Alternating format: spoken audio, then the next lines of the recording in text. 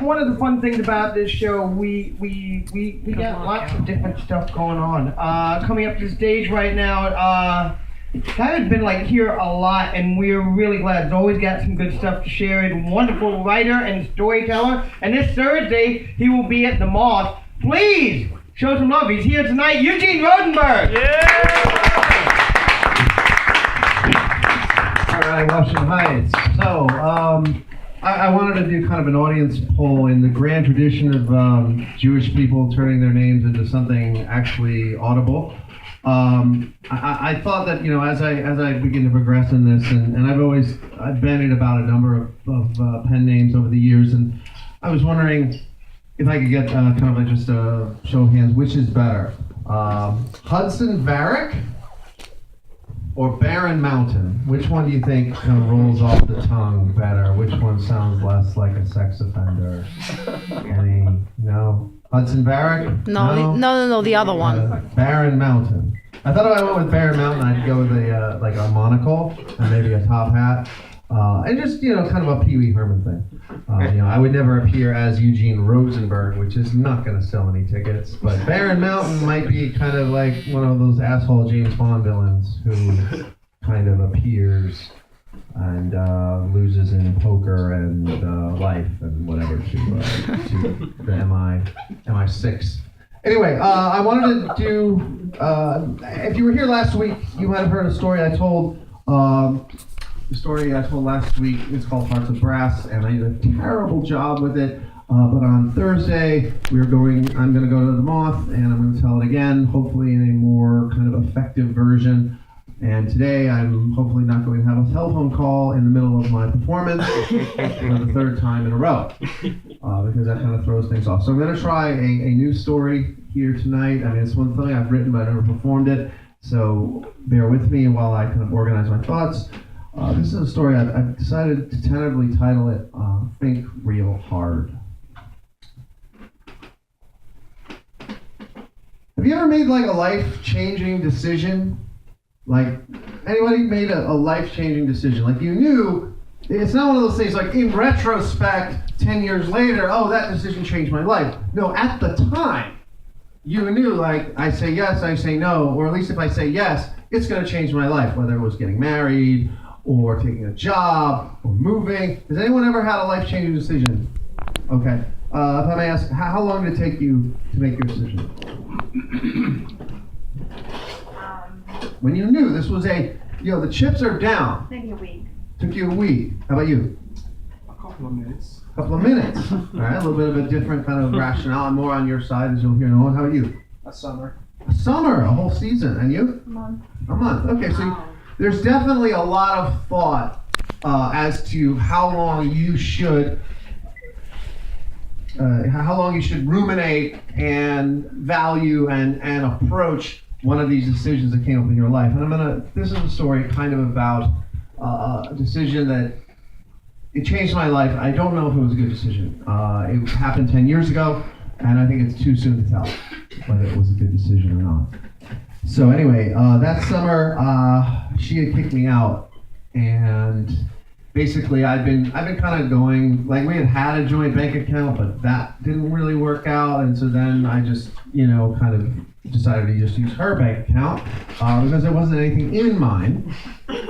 So I remember she woke me up one morning, or she slapped me out of a knot out, and was like, what the fuck, I haven't been to the gas station ATM every day for the last 3 days, taking out $50 a pop. What the hell is this? And I was like, yeah, I think this is the time when we figure out something else for ourselves. So after that lovely little morning incident, or afternoon incident, I don't really remember, I was living in my uncle's attic in New Jersey. I was living in Ridgewood, New Jersey, which is a lovely town, and my uncle's a lovely person. But basically, I was really at my wit's end. I was living in his attic, and I'd been working in finance at the time. Has anyone here ever done the Wall Street thing? Anything like that? Oh, you have. Did you have to do blow or smack? Or were you just drunk all the time?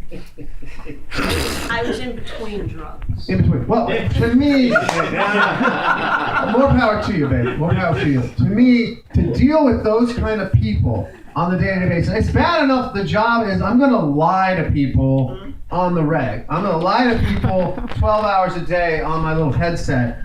That I could deal with. I was, that, because it wasn't really lying, it was just sort of being optimistic. Like, give me your money. Give me your money, I'm going to make more for you. And yes, you hope that will happen. And sometimes it does. So like that didn't bother me because I felt like I was being like legit with these people. Like, listen, I'll send you the prospectus. I know you're not going to look at it. You throw me, 20 G's like I'm asking, and hopefully we'll make more money. Some did, some didn't. But the fucking people you had to deal with on your cigarette break, on your lunch break, at the coffee machine, across from your table, oh my God, I couldn't have another conversation about golf. I could not have another conversation about who's gonna fuck the temp. And it was just these horrible people I was surrounded by. And the reason why I ask around here is like, if you have some kind of an artistic bent, if you have any kind of sensitivity at all, you will not find compatriots in that industry. So, I mean, I was kind of having to get fucked up just to go to work every day. So I developed this sales practice, but I also developed a pretty bad habit at the time. And it was fucking really driving me, in two different directions. And then, of course, there went my relationship with fiance number 2, and there went my lovely apartment in Pelham Parkway in the Bronx, which is actually like a really nice neighborhood. I have a really great apartment up there, and I really hated to lose that, especially since I had to move to Bergen County. Aww. No, and not just Bergen County, but like the ass end of Bergen County, which is Ridgewood. And I know it's a very nice place, but Ridgewood is kind of where they let the help live, which is, of course, where my uncle lived. Anyway, and I'm living in his attic, and I'm like, I cannot take the path. I cannot take, the NJ Transit to the path, to the, A train, to, World Trade Center, to fucking Wall Street. I just can't do it anymore. I can't do it anymore. I can't do it anymore. What am I gonna do with my life? I can't stay in this attic where I don't belong. I don't belong in New Jersey, and it's uncomfortable enough because he's got his 2 daughters there, and he knows like I'm not exactly like the most solid citizen, and it's not a permanent solution for me to stay in my uncle's attic. And I remember that when I graduated university with a brilliantly chosen major in literature and creative writing. It was kind of funny when I went out for finance. Like I thought I'd be a financial analyst and live with and work with the respectable people. And they were like, "Huh, Eugene, you got a 3.0 in literature, and I got 40 Korean kids out there with 4.0s in economics. You really think you're going to be an analyst?" No, he was like, I was like, what about personality? He was like, try sales. And I did for about 18 months, and that led me to my uncle's attic in New Jersey. Anyway, when I graduated, I originally had thought to myself, I'd seen these offers, like, you can go teach English in Korea. You can go teach English in Eastern Europe. And I thought, oh, wow, what a cool thing to do. And of course, my fiance at the time was like, not a chance, dude. I'm not going to let you wander off to another continent to do whatever you feel like while I hold it down in New York, which is the place that we moved to because you wanted to live here. Anyway, she's happily ensconced somewhere in the UK and not returning my emails, so don't worry about her. Anyway, so there I was, and this thought kind of occurred to me. I could go and I could be an English teacher. I could get out of here. I could get away from the finance, and I could get away from the attic in New Jersey. I could get away from this relationship that was working out. I could get away from this fucking habit that was fucking screwing up my life again. I could get away from New York and all the hard edges and the corners and the places I didn't need to be and the places I had to be but didn't like, and all the things that were just kind of defining my reality. And so I threw myself out there. And originally I was thinking about Eastern Europe, but the money, if you go teach English in Prague, you can maybe live in a furnished room and maybe have $5 a week at the end of your drunken binges every weekend. And that just wasn't happening. I needed to make a little bit of coin if I was going to do this. So I originally was thinking, Europe would be more comfortable for me, but I'd always had a passion for Asia. And in fact, the first opportunities that I saw for this sort of thing were in Korea. But then I started to hear bad things, like they're going to confiscate your passport, and they're going to lock you in for the weekend, and they're going to sell you to Kim Jong-il to become a personal chef. Anyway, so I eventually threw myself out there. I had no experience. All I had was this degree.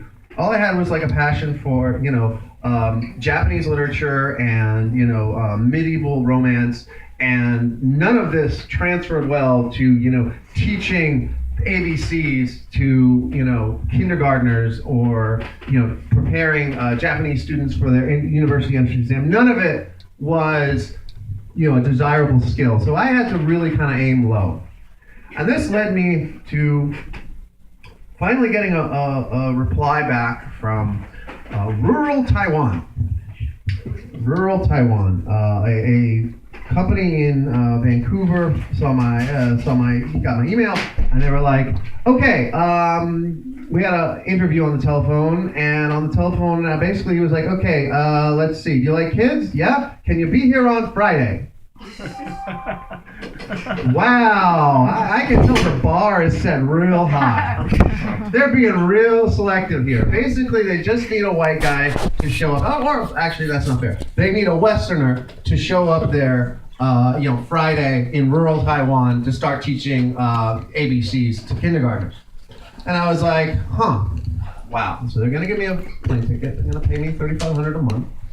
They're gonna give me a place to live. They're gonna give me food, and they're gonna give me a job, and they're gonna I'll have a life set up for myself. And well, that sounds all attractive and all well and good. Rural fucking Taiwan? Like, I at the time I was living in Pelham Parkway in the Bronx, I was working on Wall Street, I was living in, the urban dream that I had always felt comfortable in, that I always operated in, that I always, believed was in my blood and where I belonged. So, again, then I arrived at the decision. I knew this decision, if I said yes, it was going to change my life. It was going to change my life completely. I was going to find myself in a new job, a new industry, a new continent, surrounded by completely new people, speaking a different language, whatever the case may be. And I knew if I thought about it too long, I'd talk myself out of it. I would talk myself back into heroin addiction. I would talk myself back into working with those dickheads on Wall Street. I would talk myself back into this relationship that wasn't working. I would talk myself back into living in my uncle's attic and taking that PATH train in every day and trying to just spin my wheels and run on that treadmill again and again and again. And I finally said to myself, you know what? Think about it for 10 minutes. If you still want to do it 10 minutes later, we're going. I showed up that Friday, and I started learning about long vowels, short vowels, how, can turns into a cane, and silent E's and things like that, things I hadn't thought about for a while. Now I see Eric's put his hand up because that's the first half of the story. The second half of the story is how, I had a beautiful group of 8-year-old Taiwanese kids who I became their surrogate father for because their family would drop them off at 7 o'clock in the morning, pick them up 7 o'clock at night, and then I lost the job because they started acting like me instead of acting like respectable Chinese kids. The parents were like, why is my son acting like a loud, annoying New Yorker instead of like a respectable Taiwanese child? And I was like, well, maybe if you didn't leave him with me for 12 hours a day. So anyway, I had this beautiful group of 12 kids, and I taught them how to read, and I had this assistant Chinese teacher that worked with me, and we kind of had a tryst, and it was kind of a beautiful thing, but she was still married to a Mormon guy, and that's another half of the story.